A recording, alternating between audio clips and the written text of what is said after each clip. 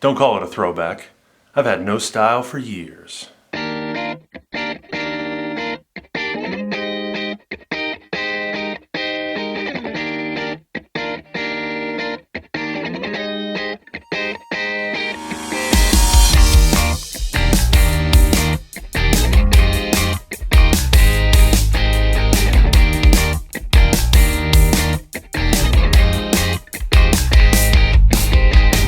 It's a little bit after 6 o'clock and I'm just now heading home. I had to work late tonight because there was a lot of work that needed to be done. And unfortunately, it was stuff that I couldn't really drag myself away from to pick up a camera. And a lot of it, frankly, was just boring. It was a lot of paperwork, a lot of emailings. I was developing an application for the fellowship program that we're starting at work next year. But it was all very important stuff, and it wasn't really stuff that I could put down in order to do this.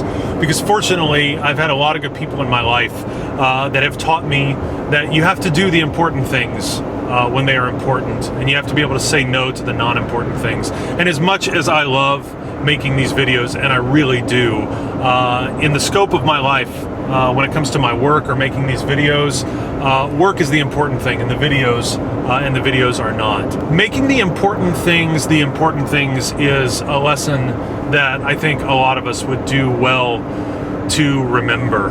It reminds me of an experience I had a couple years ago. It was actually something that happened during a worship service. There was a young man, he was probably, 7, 8, maybe 9, who had been practicing a piece on the piano and was really proud of it and wanted to share it in worship. And I'm always in favor of kids who want to share in worship and be a part of the worship life of a congregation. I can't remember the part of the worship service that he played his piece in. Maybe it was the offertory. Yeah, it was probably the offertory, because here's what happened. We were sitting about halfway back in the sanctuary.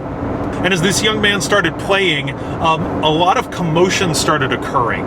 People were getting up and going to the bathroom. In fact, a lot of people were talking. The ushers were passing out the friendship pads. That's the thing that a lot of churches use, where you kind of sign in, say you're here, you're a member, you're a visitor, whatever. It lets the pastor and the care team know who you are. But there were a lot of things happening, and I took a moment and turned away from paying attention to this young man to just look around the congregation.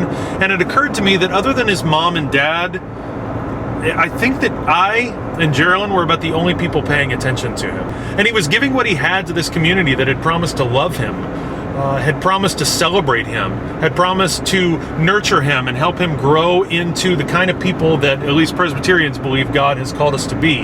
And here he was offering back to the community something that he had worked really hard at, and no one was paying attention because they felt like there were other important things they needed to be attending to at the time. But here's the truth about that moment. There was nothing more important than that young man on the piano. Absolutely nothing more important than that young man on the piano. And for some reason, the people in the congregation lost sight of that, and they started paying attention to other things, and they started treating this young man's art as if it was just a piece of background music. So here's the thing, this is the holiday season. It's about to get really busy for a lot of us, if it hasn't already gotten busy. You're about to go to a lot of parties. You're about to go to a lot of school concerts. You're about to try to wrap up your year before you leave for your Christmas vacation. It would be tempting for us to start believing that there are a lot of things that are important that are actually not important. And we may forget the things in our life that are like that young man on the piano. We may treat them like they're background music, but they're not background music. Those are actually the most important things that are happening. So I want to encourage you to remember your important things, and I want you to make sure and treat them like they are important. Because at the end of the day, that's going to be the key to surviving this holiday season for all of us. Don't believe the lie that you've got to go, and do in order for this to be great. Sometimes it's as simple as watching a little boy play the piano.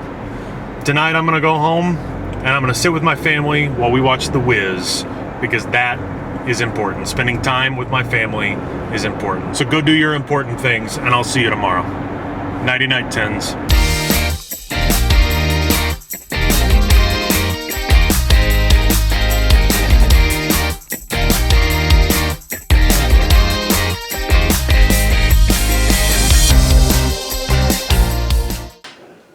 That is hot. Yeah, I know it is. You look like a Jedi. That's the thing. What about this?